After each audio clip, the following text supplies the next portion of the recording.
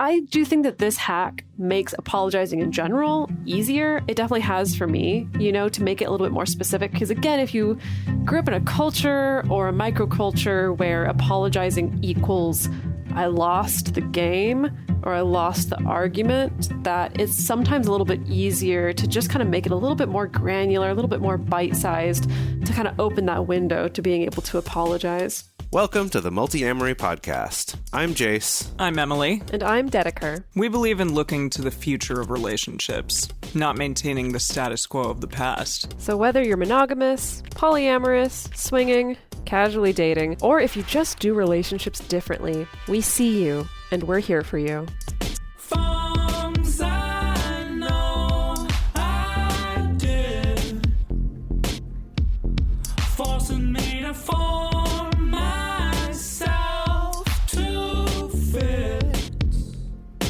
On this episode of the Multiamory podcast, we're talking about apologizing. Specifically, we're going to be talking about both receiving apologies and giving apologies. Lately, we've noticed that tensions have been high, both in online communities and in people's personal lives, and sometimes being able to actually apologize like a good human being or accept an apology can really make a big difference in moving forward and reconnecting and maintaining our relationships. And so we want to take a episode to talk about this specifically.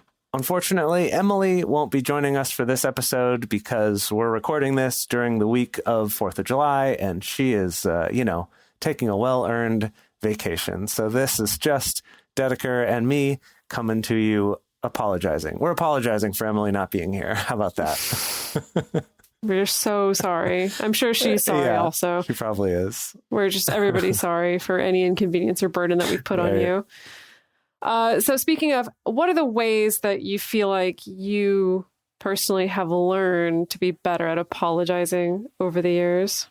Boy, I mean, I'm not always great at it, but I do feel like I've become more aware in recent years of what a good apology is versus a bad one, specifically about making excuses of like an apology that's like, oh, I'm sorry, but here's why versus really apologizing. I feel like that's a big one that I've noticed.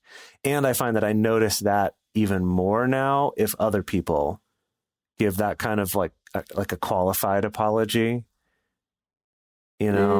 Right. That sort of like, I'm apologizing because I think that I need to, but not really because I understand why or even really care that much. It's like the way that your parents make you apologize to your sibling as a kid, where it's like they force you to apologize. Oh, yeah. It was just like rote. You mumble it under your breath. Exactly. And you find maybe some way to word it so it's like kind of not really an apology, but it gets you off the hook. And I feel like some of us maybe carry that thinking into adulthood, unfortunately. Yeah, that just reminded me of, I had an ex once who apologized to me by saying, yeah, I'm sorry that I raised my voice. I did it because you made me really mad. Yeah, yikes. And that was the kind of apology where in the moment I was just like, yeah, it makes sense. I'm glad they're apologizing. And then it took me like years later to, it was one of those like wake up in the middle of the night moments, be like, wait, that wasn't an apology. That was messed up. Well, I love that image of you like bolting upright at 2 a.m, being like, wait a minute. Uh-huh. Yeah. I think I've learned to do it more often, to do the apologizing. Yeah. More often. And I don't know. I've really been on such a journey of thinking about my family of origin and what communication patterns I saw and things like that. And realizing that when I was growing up, like the repair process or apologizing process, I very so rarely witnessed it. Like the adults pretty much never modeled that. I think I grew up in a pretty like authoritarian household. And as happens with authoritarian power structures, apologies, I think, are often a sign of weakness. And so they don't happen very often. Yeah. And it's interesting in looking up this topic of apologizing and that you mentioned learning to do it, because I do think that's something I've noticed with you. But when you look up like articles and things about apologizing, you'll get stuff about how to give better apologies, but you'll also find stuff about learning not to apologize, specifically talking to women about not needing to apologize for everything. Yes. And so that's interesting that that's also kind of a dynamic worth considering, you know? Yeah. So I think that, on the flip side of that, I've also had to learn not to apologize or to not have to explain myself in other situations, that I think I've had to learn to fine tune that instrument of figuring out when is it appropriate to apologize and when is it not, Yeah. Yeah. And that's not really what we're addressing in this episode. This is more assuming you have decided to apologize.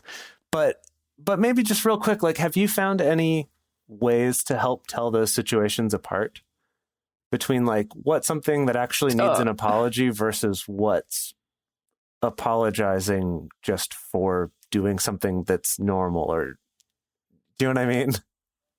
Oh, gosh. Yeah, it starts to get into such a nuanced area because I think about, especially, you talk about women being discouraged from apologizing in professional settings and things like that, that then you really start to have to go over things with a fine-tooth comb of thinking about when would it be just as impactful for me to just acknowledge that I know someone's busy, or acknowledge that I understand this is going to have an impact on you, Like, are there scenarios where acknowledgement and empathy could take the place of apology and saying, I'm sorry? And again, I'm not saying this is a hack to make sure that you never have to apologize to anyone, but I'm thinking about more for the person whose knee-jerk reaction is always be like, oh my gosh, I'm so sorry. Oh, I'm so sorry to ask this of you. Oh, I'm so sorry to bother you right now. That I think that's been part of my journey as well, is like, can we replace it with still being polite and like maybe acknowledging the fact that there's an impact here, or acknowledging the fact the other person's a human being without needing to put yourself in that position of, oh, it's me and I'm bad and I'm saying sorry. Yeah, I think that's a great way to think about it as one example there. That, like the difference between, well, and I guess that's maybe a good thing to clarify for this episode. This episode, we're talking about apologies where you're apologizing or being apologized to for having done something wrong, whether that's something very little or maybe a little bit bigger, but not like apologizing for an inconvenience, which is maybe a slightly different type of apology. I think there can still be value socially in that type of like, going to your boss, oh, I'm so sorry to bother you, but like, I think there's a place for that. I think that can be okay. But this episode's more about, someone did raise their voice or ate the last piece of pizza that you were saving, or something more serious, potentially, even something as big as maybe cheating on a partner or something like that. So to kind of put some bounds on this episode, we're not talking about apologizing for like murdering someone, even though that is a whole field of study. No, I'm actually serious. Like apologizing to the family members of murder victims is like, there is work and study in that, and it's super fascinating, but that's not in the scope of what we're talking about here. I would say even, violence, that's not what we're talking about, but sort of to see the range from something pretty serious like infidelity to something pretty minor like eating the last piece of pizza. Yeah, that makes sense. So let's dive in here. And we're actually going to first look at this through the lens of receiving an apology from somebody. Yeah. So with receiving apologies, let's start at the easy side. And the first thing is to just realize that when someone apologizes to you, it might just feel great. It might be great. It might be all that was needed, right?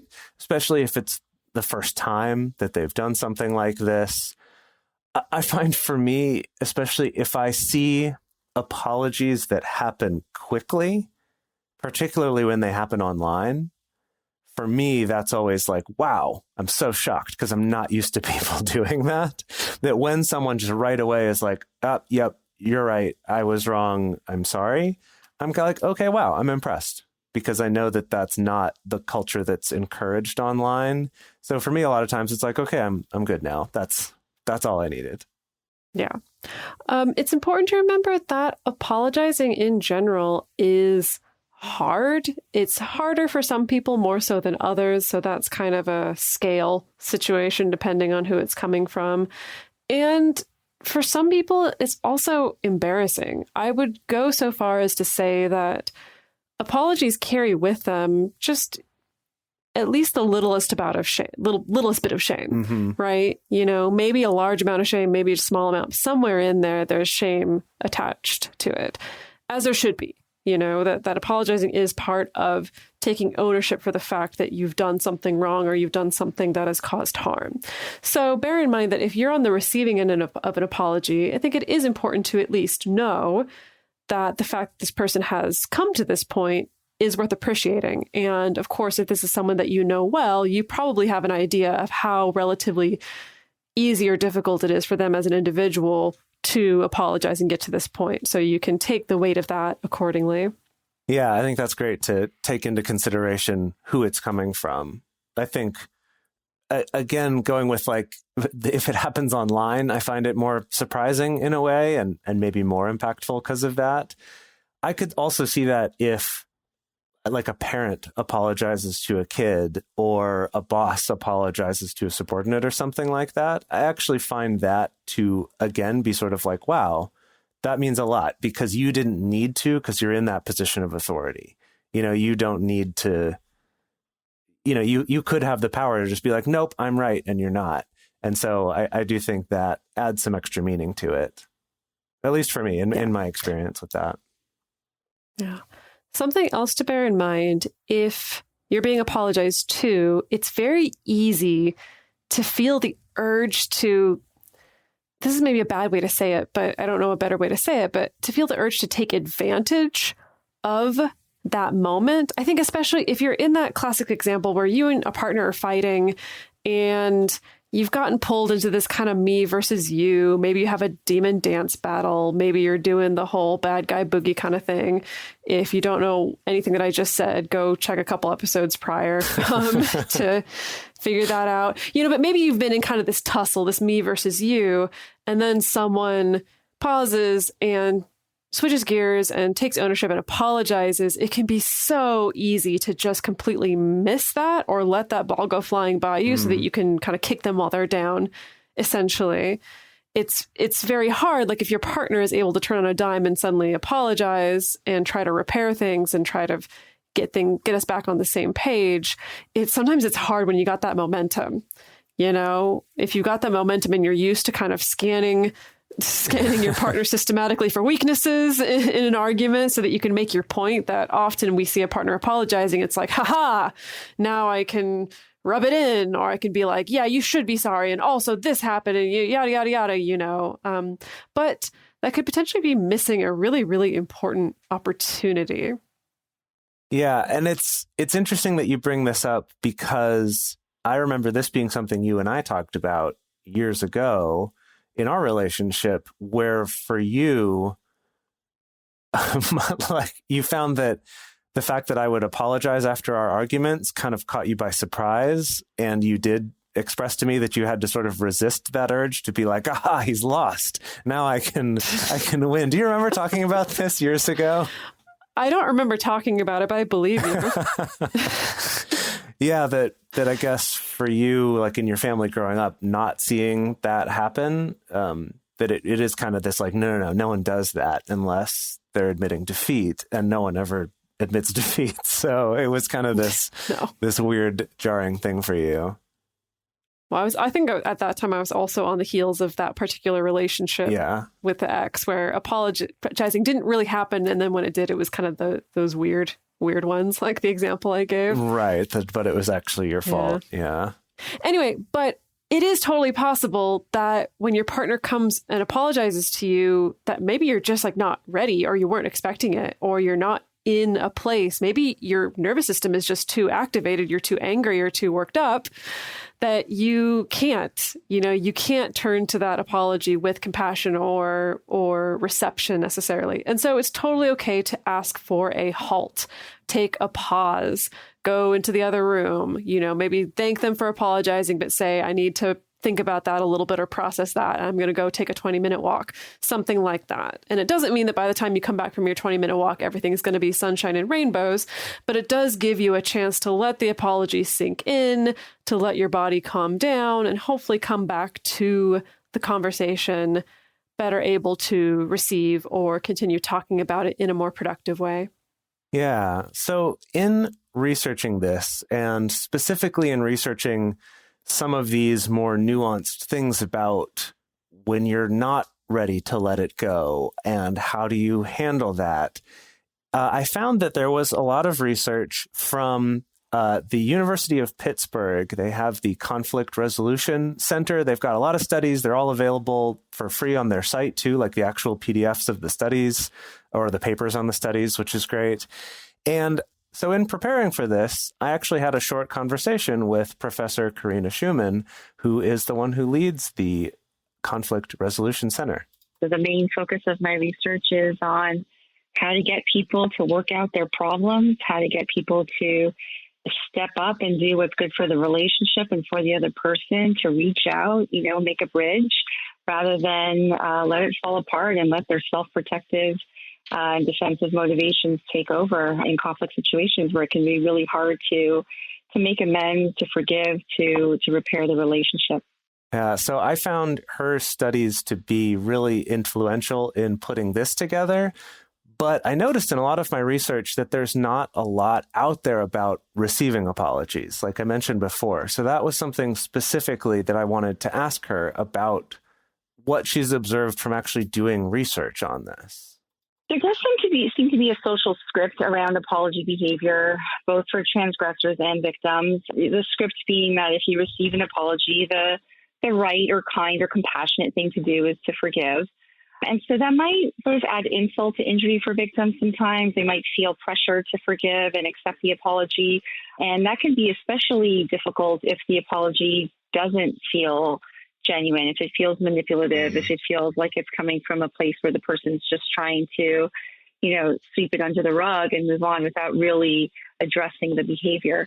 From the perspective of the transgressor, it can be difficult to apologize. And so to the extent that it's possible, if you're on the receiving end of the apology, try to have some empathy towards the transgressor. Try to see it from the perspective that this could be difficult for them. And so what they say might not be perfect. But at the same time, don't feel the pressure to forgive right away just because someone has apologized to you. Do take into account whether that apology feels real, assess its sincerity, and you can still voice concern and have a constructive, calm conversation with someone who's hurt you to say, look, I appreciate the apology. It felt real, and I'm very grateful for the fact that you've taken that step. But I also need to see behavioral change in order for there to be true forgiveness or for me to really be able to move on. An apology is really a great start, but I also want to see, you put your money where your mouth is, so to speak, so that this doesn't happen again. And so, I think victims should feel empowered to do that, to still be vocal about what their needs are, to be able to move on and resolve the conflict to a point where they feel comfortable moving forward with the person.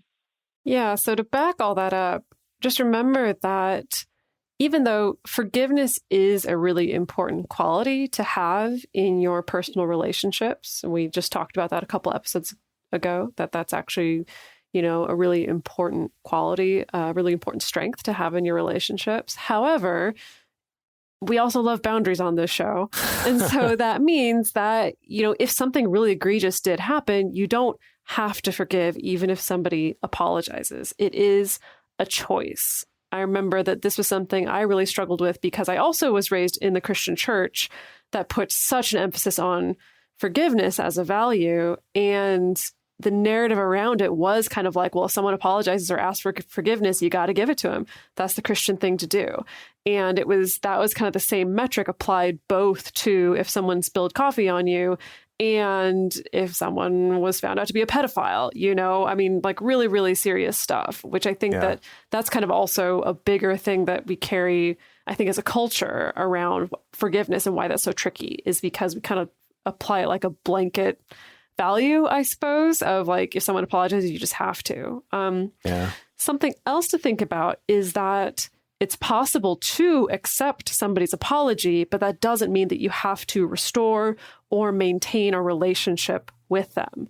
You can accept somebody's apology. You can express appreciation for it. You can acknowledge the weight and the difficulty that it took for them to do that, while also still being clear of your boundaries, whether that's I'm not going to be in a relationship with you, or we're not going to talk about this, or we're not going to stay in contact, or whatever it is. You know, like just because someone apologizes to you doesn't mean that you automatically have to be like super cool with them still from then on out.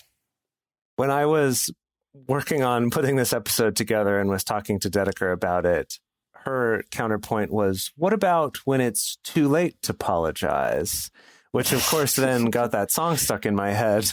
But then in thinking about it, I thought, you know, it's interesting because the song's not really about it being too late to apologize. It's about it being too late to fix that relationship or maintain that relationship. And I think that's also something worth thinking about, too, is the motivation of this apology just to get what you want? So, like, you know, just for that person to get what they want or to stay in this relationship with you?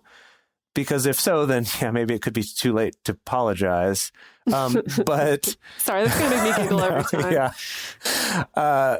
But if it is really just like, no, I need to apologize just because that's the right thing to do, and I do want to acknowledge this, then I think that's also worth taking into account, but it still doesn't mean that they get to repair that relationship just because they apologized. And I think another good example of this happens like in a friend group or a peer group, or maybe with coworkers, is that you could still establish some boundaries for yourself that work within that social context. So it's not like one or the other of us has to leave this friend group. We could stay civil and stay friendly with each other, but maybe I have a boundary around, I'm not going to make any plans with you because I do appreciate your apology, but I can't trust you, at least right now. And that's also something to keep in mind, is that maybe you just need time, even if that time is several years. Like, it's still possible that it's like, you know, I just need time. And once I see evidence, like real proof that this behavior has changed, then maybe I'll feel safer. But for now, I appreciate your apology and I hope you follow through on it. But that doesn't mean we're going to go back to how things were before. Right. And as always, beware of apologetic repeat offenders, I guess is what I'd want to call this. You know, ultimately, remember, you're the only person who can protect yourself at the end of the day. And no matter how much you love someone, if there's a repeated pattern of them doing something really harmful to you and then apologizing, but then there's no change and it's just the same back and forth pattern, that's probably not going to change by itself. And it's probably not going to just change with a simple apology, especially if that's what keeps happening over and over and over again. Often, apologies are a fundamental part of the abuse cycle, you know? And so it's important for you to evaluate, you know, what are the things that I actually need to see from this person? Kind of like Dr. Schumann talked about, like, what are the things I actually need to see from this person behaviorally? What change do I need to see so that I can actually accept an apology and trust in it and offer forgiveness? And if you're not seeing those things, then maybe it's time to get on out of there, partner. Yeah. And I think there can be a lot of power there too in, I accept the apology and I appreciate it, but it also doesn't fix it. And kind of that, you know, you can still have your boundary, you can still leave, you can still do things to protect yourself from someone that you don't trust while still appreciating the apology. If you do, that is. And maybe you don't. That's, you know, that's something we address too. Maybe you just don't. Maybe it doesn't feel real. Maybe it doesn't feel sincere. Okay, so now before we wrap up this section on receiving apologies and move on to giving them, there's a couple more considerations here that don't always apply, but a lot of times in relationships, whether that's romantic or with friends, there's often two sides to something, right? It's like maybe they did something that irritated you, and then maybe your reaction was possibly an overreaction. Or even if it wasn't an overreaction, it maybe still was rude or it was hurtful too. And then it escalates. And, you know, for people who've been in relationships with each other for a while, we're real good at doing that. We're real good at, subtly pushing the buttons and just it escalates.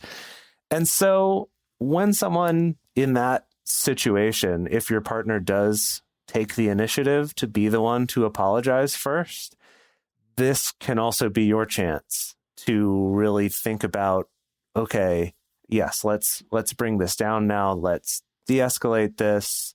Let's talk about it. And maybe there's some apologizing that you could do as well.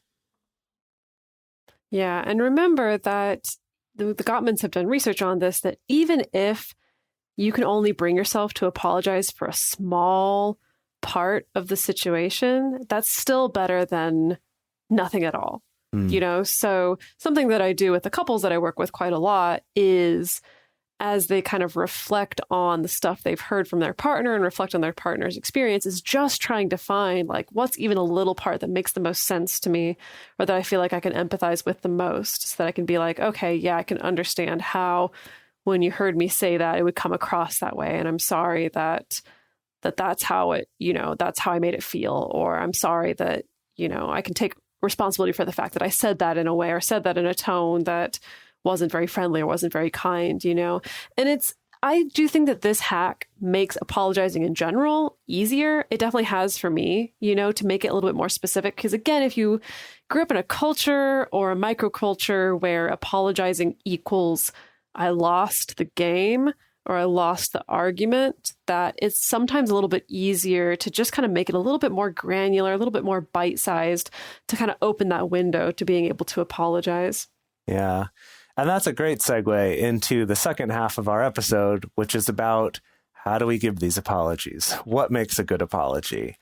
But before we get to that, we want to take a quick moment to talk about how you can support this show, keep this going, and allow us to keep finding research and offering that to people as a free podcast.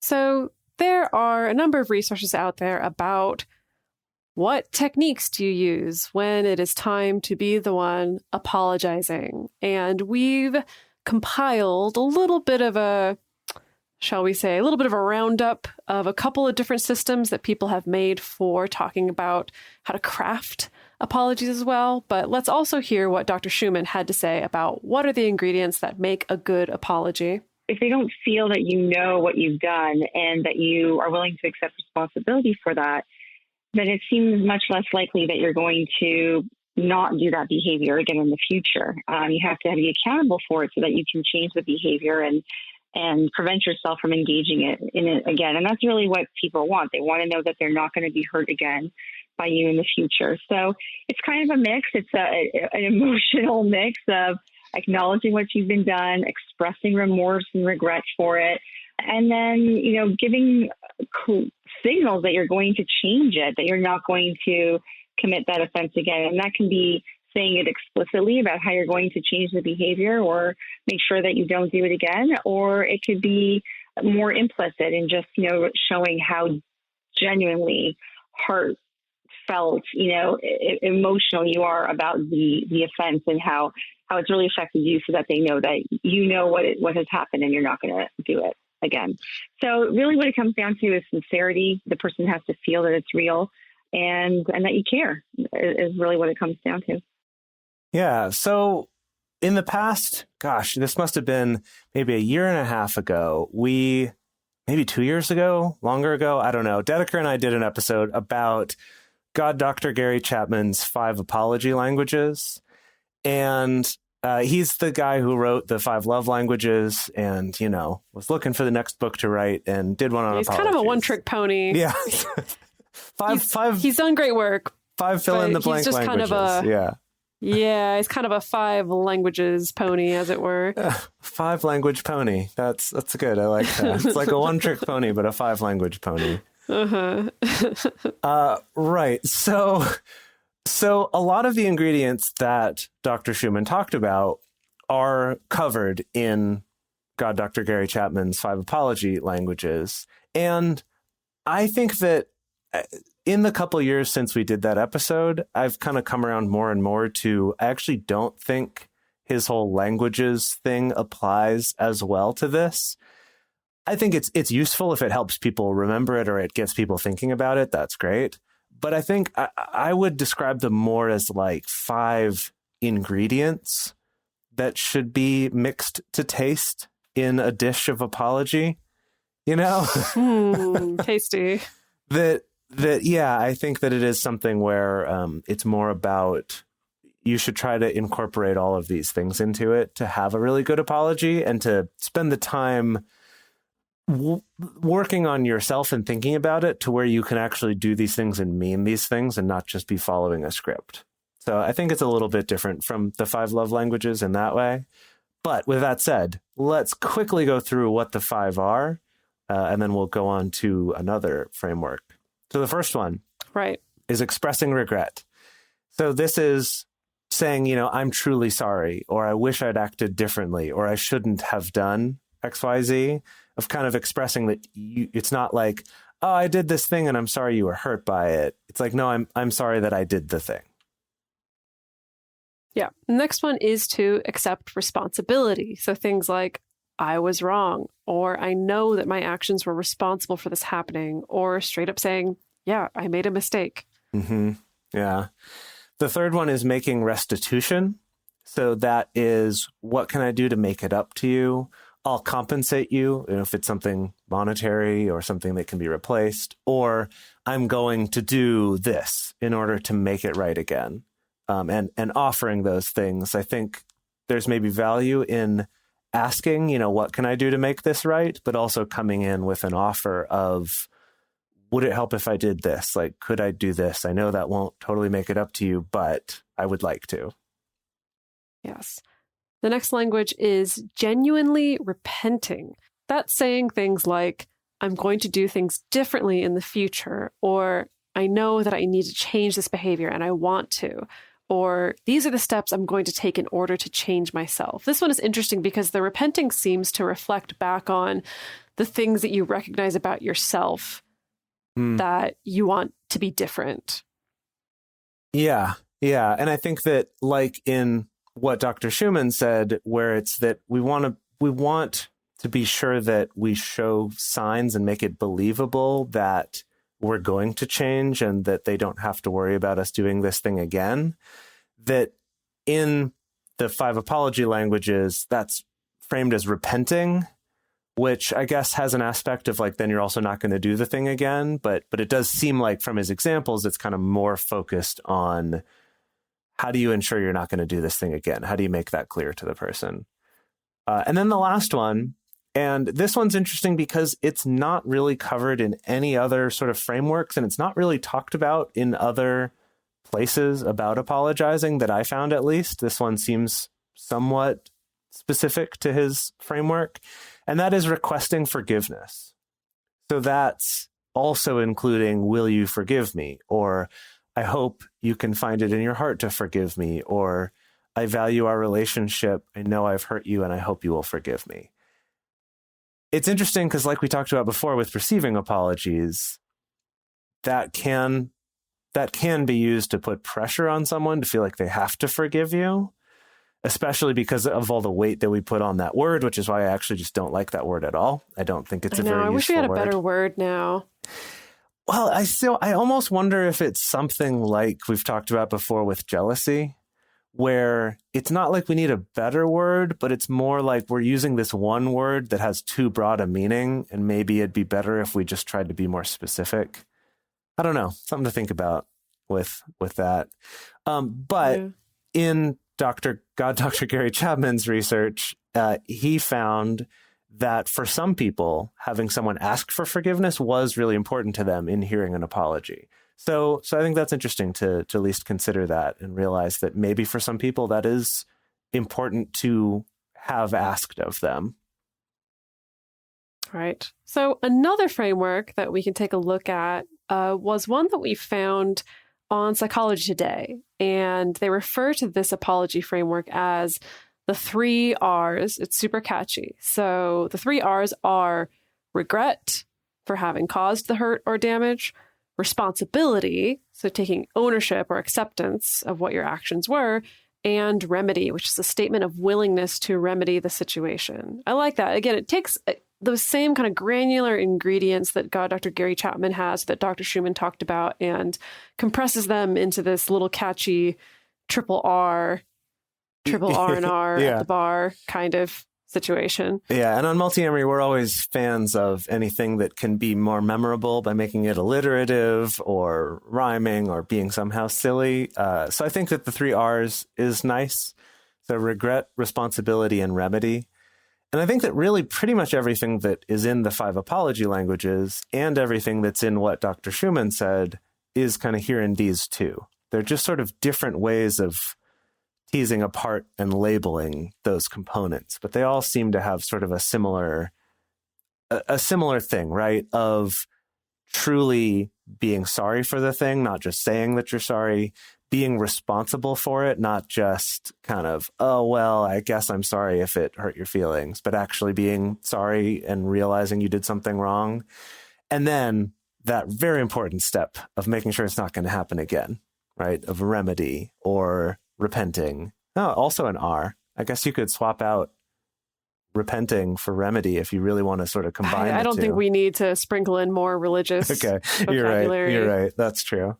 So in the section on responsibility, which both systems mention, something specific to this that came up in some of the articles I found was about actually naming the thing you did. So not just, hey, I'm sorry, I know your feelings were hurt. Again, sort of putting it in this sort of passive, like this just sort of happened. It's like, hey, I'm sorry that I called you this name that I know is really hurtful to you. Or I'm sorry that I did this thing without thinking, and I know that was really hurtful to you and I shouldn't have done that thing. That it's like naming the specific thing and then also taking that ownership of I did the thing that hurt you instead of just the sorry if I hurt you. And it reminds me of the example that I find comes up a lot with conversations about like sexism or racism or other isms or transphobia or things like that, where it's like someone says something that was hurtful, someone calls them out on that, and then the apology is, oh, well, that's just a thing I said. I'm sorry if that's offensive to you. That it's not saying I'm sorry I said it. It's just saying I'm sorry for you having those feelings. It's like totally removing any responsibility. It's not taking any actual ownership for what happened. And then maybe the even worse version of that is the like, oh, I'm sorry, I didn't realize you were so sensitive about it. That's like even more so putting it on them, like they're actually the one with a fault and you're sorry, like I feel sorry for you, rather than like I'm sorry because I did something wrong. I think for some people, again, because maybe it's modeled for us a lot growing up, depending on how our parents or our friends were about this, that for some people, they just go to that pattern. I've noticed that like apologies always for them tend to follow that pattern of, I can't admit fault because somehow I was taught that's losing or that's bad or that's dangerous or something. I can still drop the S word because that's a magical word somehow. Right. Yeah. So I think this is something to be aware of and try to catch if you might be someone who follows this pattern, and to realize like that's not helpful. You're not building and supporting your relationships by doing that. And actually might be doing a lot more damage to them than you realize. Yeah. It's also important to not follow up an apology with a but or with a justification necessarily. Now, I think people do need to be careful here because especially if this is in the context of your personal relationships, I do think it is important for both parties to have an opportunity to talk through what happened. You know, if you're curious about that, go look for our episode about Repair Shop. Part of that process is we both get to talk about our version of events, recognizing that neither of us have 100% the truth of, the objective reality of what happened. But I do think it is important to hear explanations from both people of like, well, this was my perception of what happened. And the other person, well, this was my perception of what happened, just to help deepen mutual understanding. So I do think that's an important part of the process. But when it comes to actually apologizing, I think it is important to not shoot yourself in the foot, as it were, to say, yeah, I'm really sorry that I did that. I understand how it could have come across this way, but you're being a total jerk. But I still feel this way, and also, just be careful of the difference between explaining yourself and justifying yourself. That can get really tricky. If you're questioning where you're falling on that spectrum, it's better to err on the side of just doing less of that in general. We want to feel like good people, moral people who don't hurt others. And when we do something wrong, it's easy to justify it. We also have access to all the reasons why we did it, why we're late, why we said that hurtful thing, what's going on internally in our lives, and situational constraints on our behavior. So it's really easy to make excuses for ourselves and to want to make excuses for our behavior. Whereas the person who's been hurt, they don't really want that. They do want some explanation, as long as it's not pushing away responsibility. But they really just want to know that you're sorry for what you did and that it's real. And so they might see it as more severe than the person who's done the wrongful act. And that's, because of the various motivations that we bring to the situation.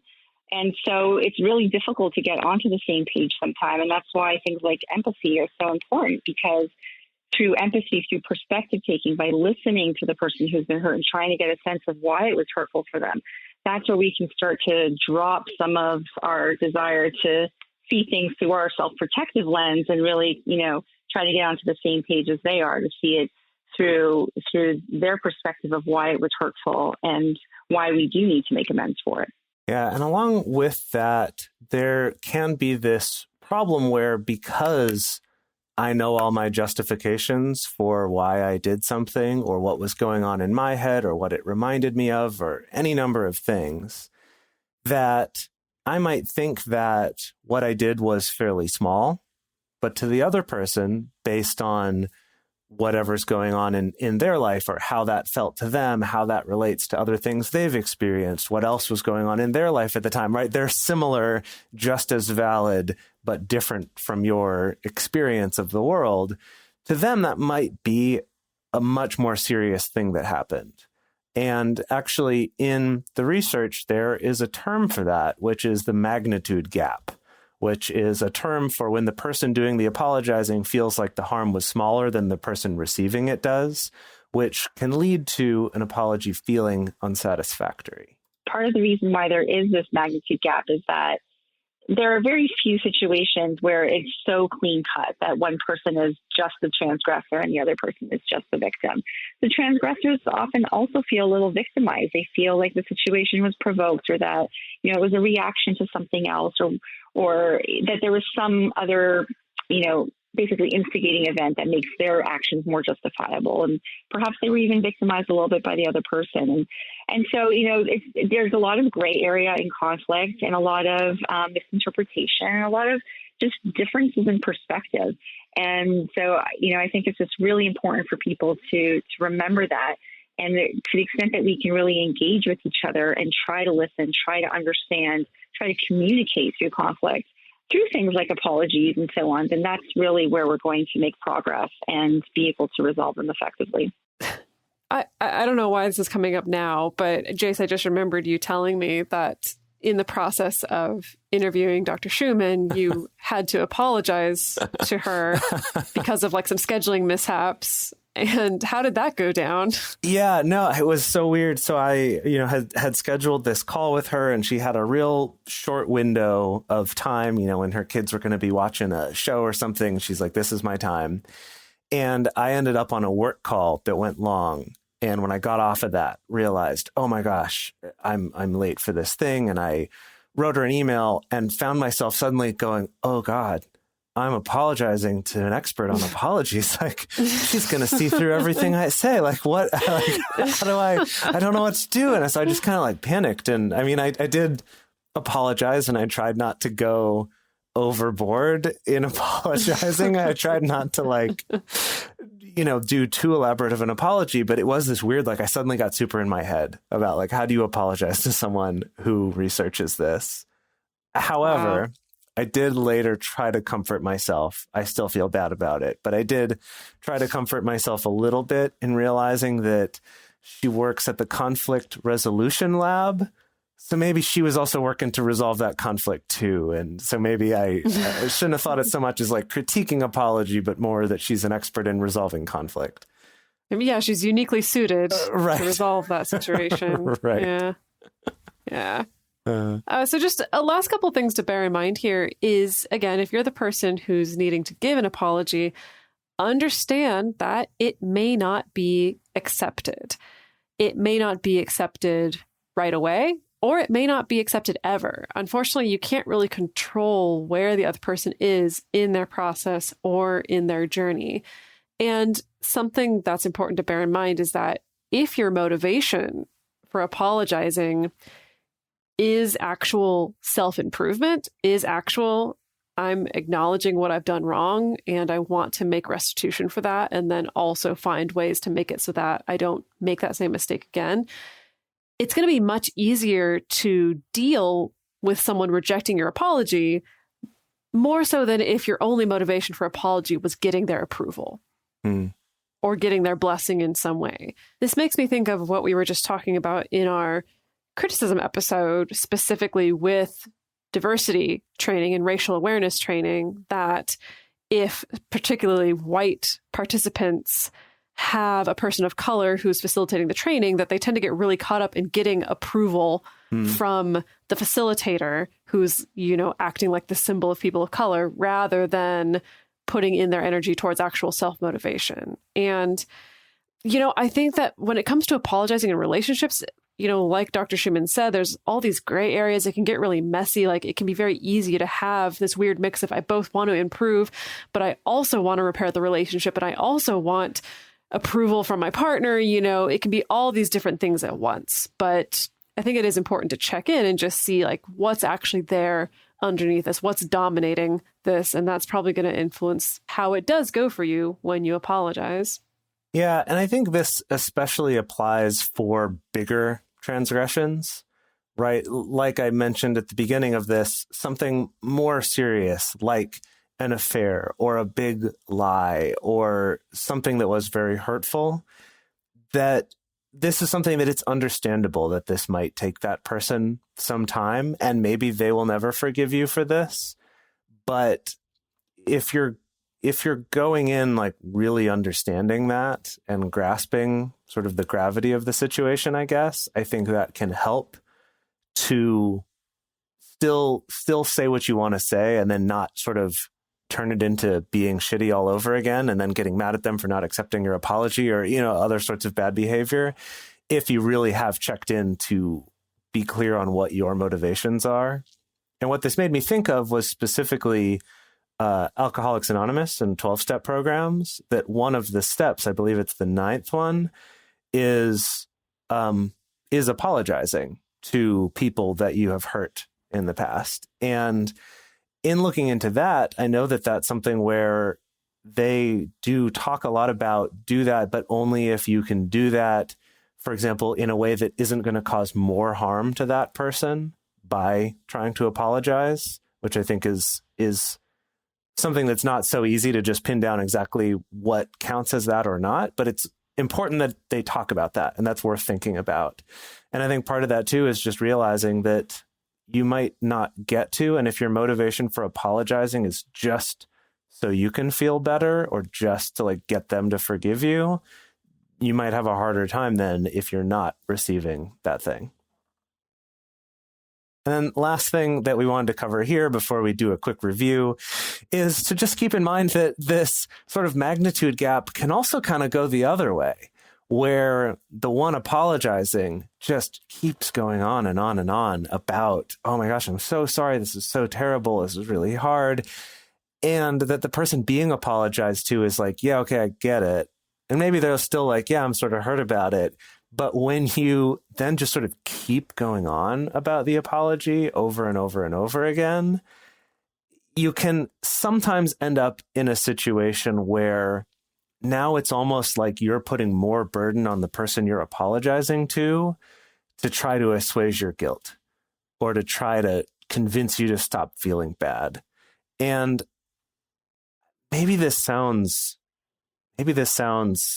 dark or kind of heavy, but I think there is some value in sort of realizing, especially if you've done something really shitty, that that's not their job to get rid of that guilt for you or to convince you not to feel bad anymore, that maybe you just are going to feel bad for a while. And maybe that's going to be several years, but that it's important to remember it's not their job to be the one to convince you when it's okay to not feel bad anymore.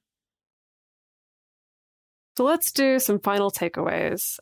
So if you're the one receiving an apology, it's important to connect to empathy, to thank them for apologizing, to evaluate their sincerity as well as your own boundaries. So don't feel like you're obligated to forgive or to forgive right away. And if you are also involved in this fight or contributed in some way, this is your chance to apologize as well. Then if you're on the side of giving apologies, is to be clear about what you did wrong. Don't make excuses. A little bit of explanation can be okay, but be careful not to go too far.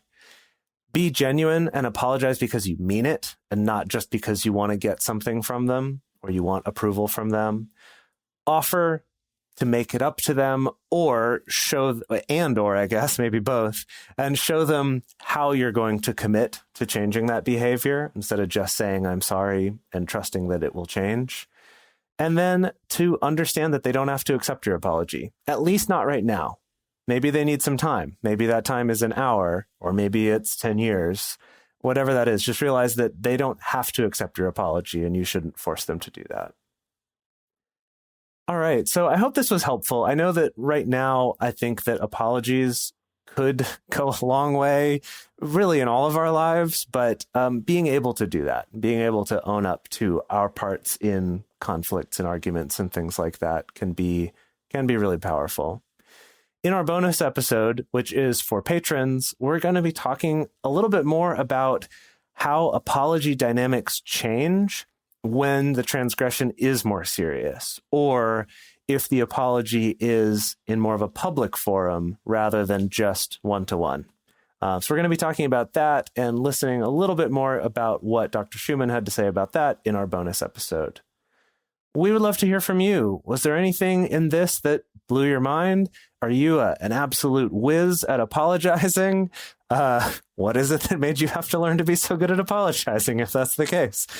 Whatever it is, we would love to hear your comments. Maybe there's something you feel like we left out. We would love for you to share that. And the best place to share your thoughts with other listeners is on this episode's discussion thread in our private Facebook group or Discord chat. You can get access to these groups and join our exclusive community by going to patreon.com/multiamory. In addition, you can share publicly on Twitter, Facebook, or Instagram. You can also email us at info@multiamory.com. Multiamory is created and produced by Jase Lindgren, Dedeker Winston, and Emily Matlack. Our episodes are edited by Mauricio Balvanera. Our social media wizard is Will McMillan. Our production assistants are Rachel Shennework and Carson Collins. Our theme song is Forms I Know I Did by Josh and Anand from the Fractal Cave EP. The full transcript is available on this episode's page on multiamory.com.